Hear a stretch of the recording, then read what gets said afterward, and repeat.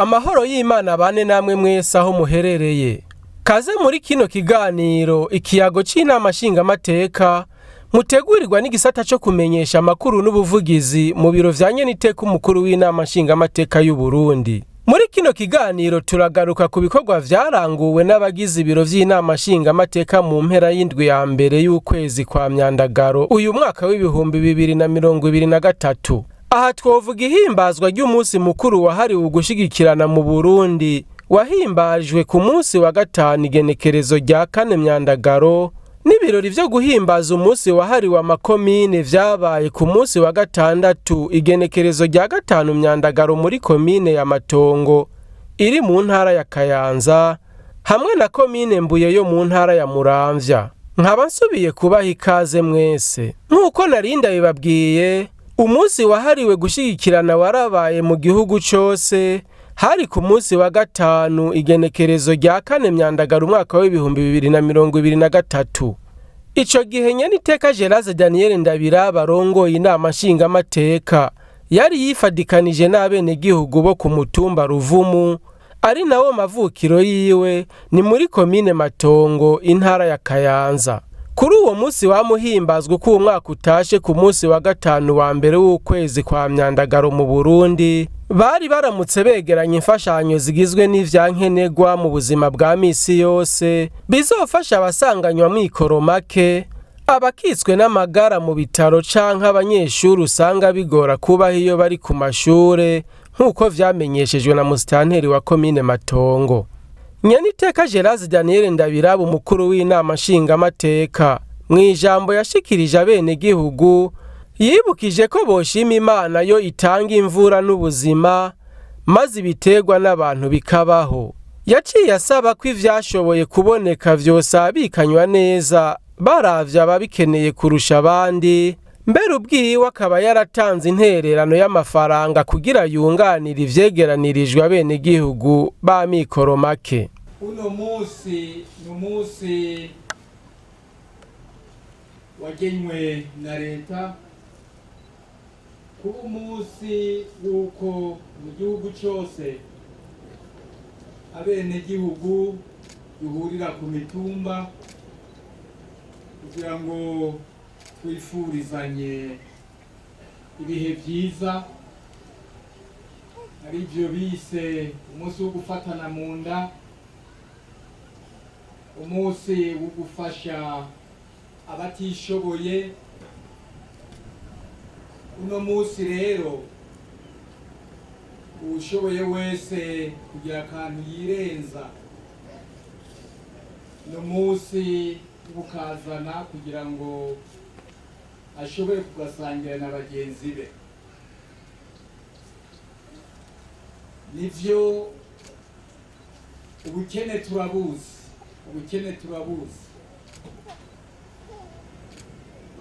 ubukene nibwo twama turwanya igihe cyose, ariko bukanka bukanana.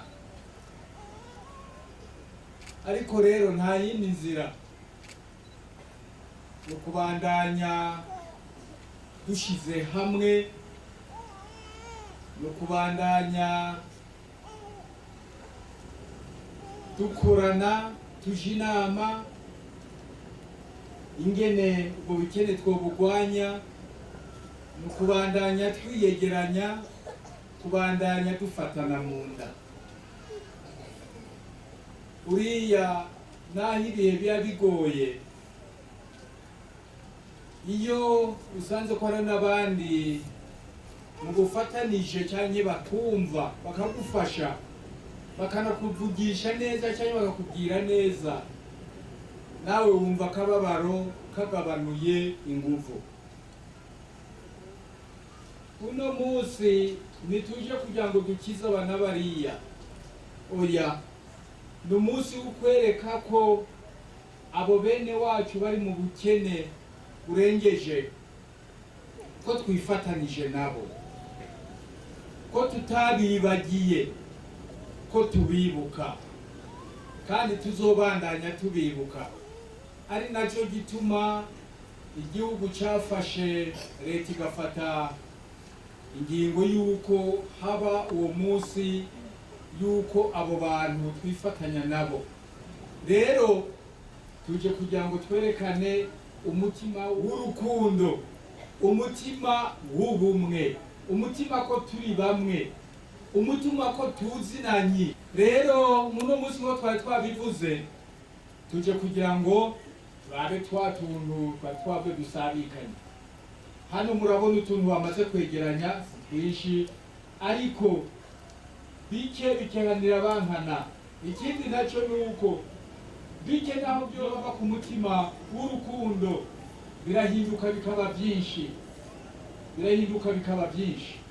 Aha rero ntawovuga yuko ari bike, oya, ivyabonetse nibi. Kuri uwo munsi nyene igikorwa c'urukundo nk'ico caritabwe kandi na nyakubahwa icegera ca kabiri c'umukuru w'inama nshingamateka, nyakubahwa Bergashatsi, ku mutumba Teka muri zone na komine Mbuye mu ntara ya Muramvya.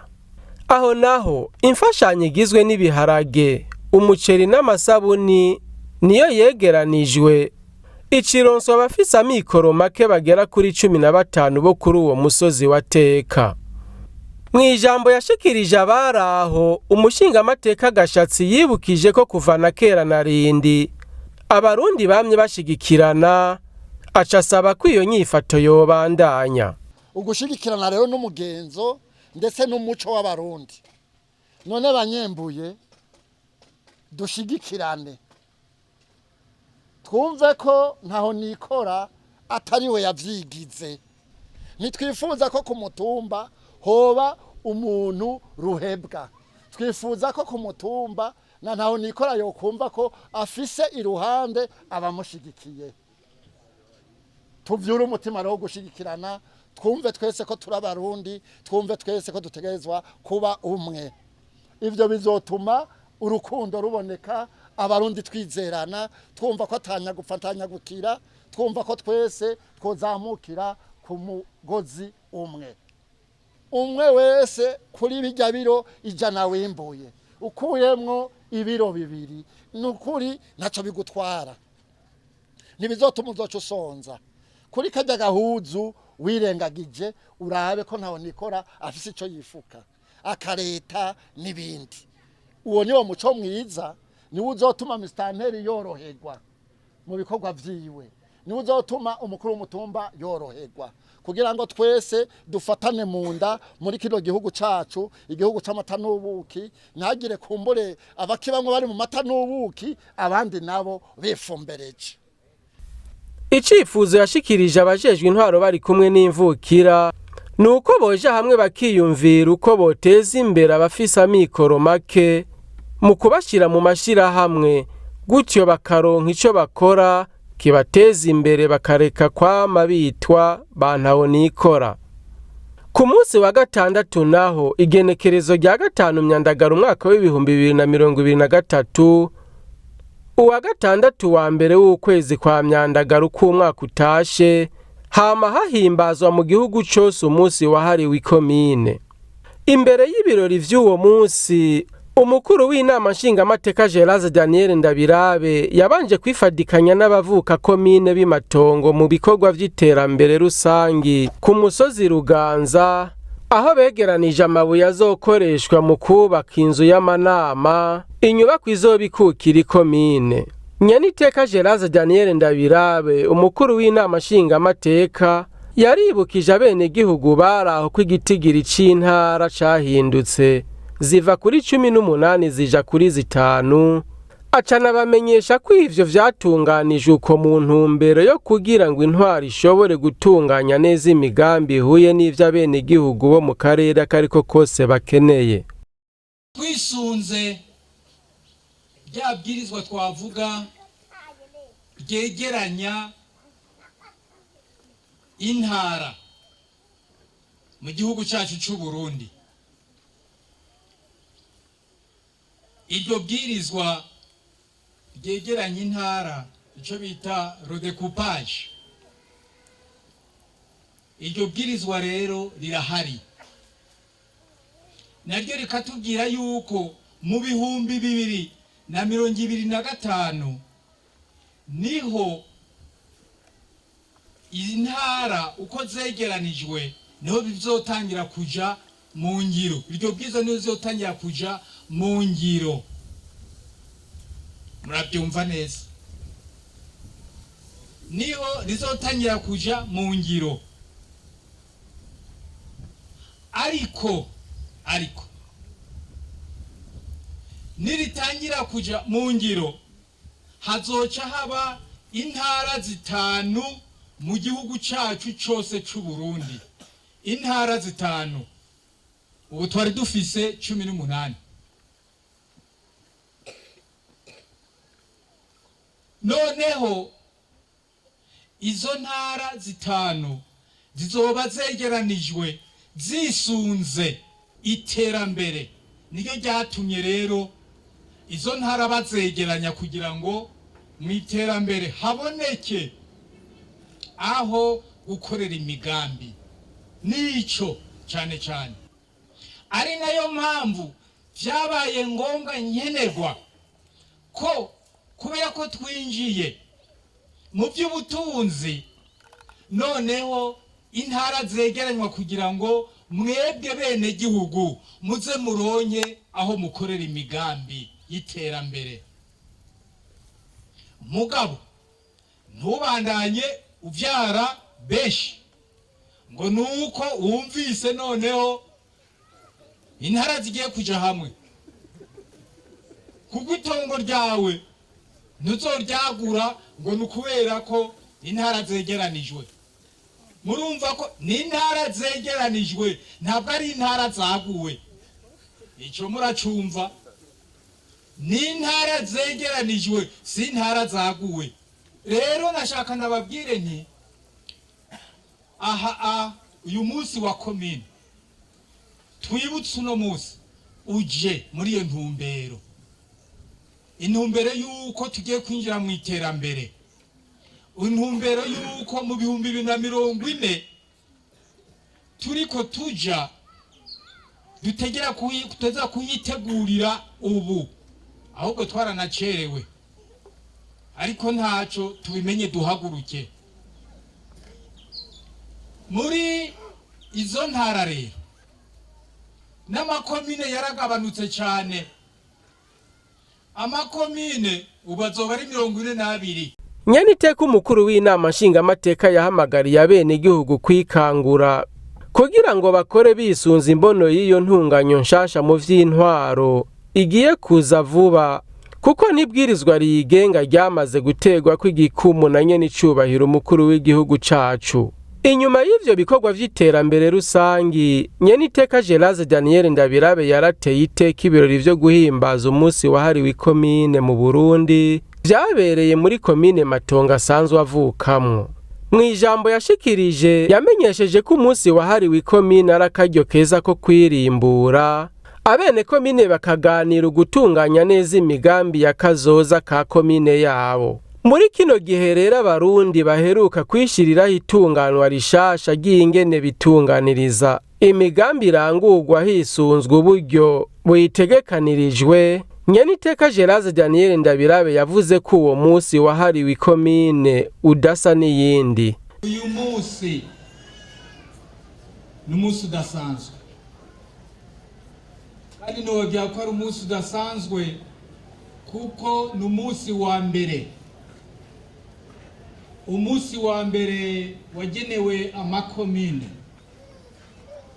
kuva hagenwa hashigwaho hategwa ku gikumu ibwirizwa lizo kwegeranya intara mu gihugu cacu c'u Burundi. Noneho niho haciye hakurikira umugambi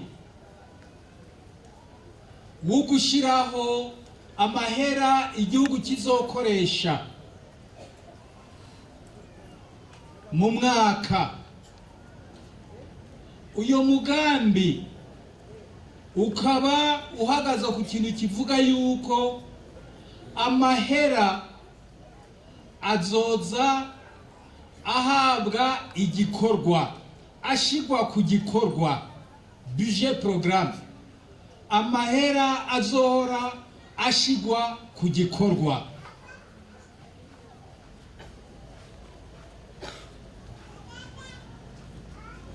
Noneho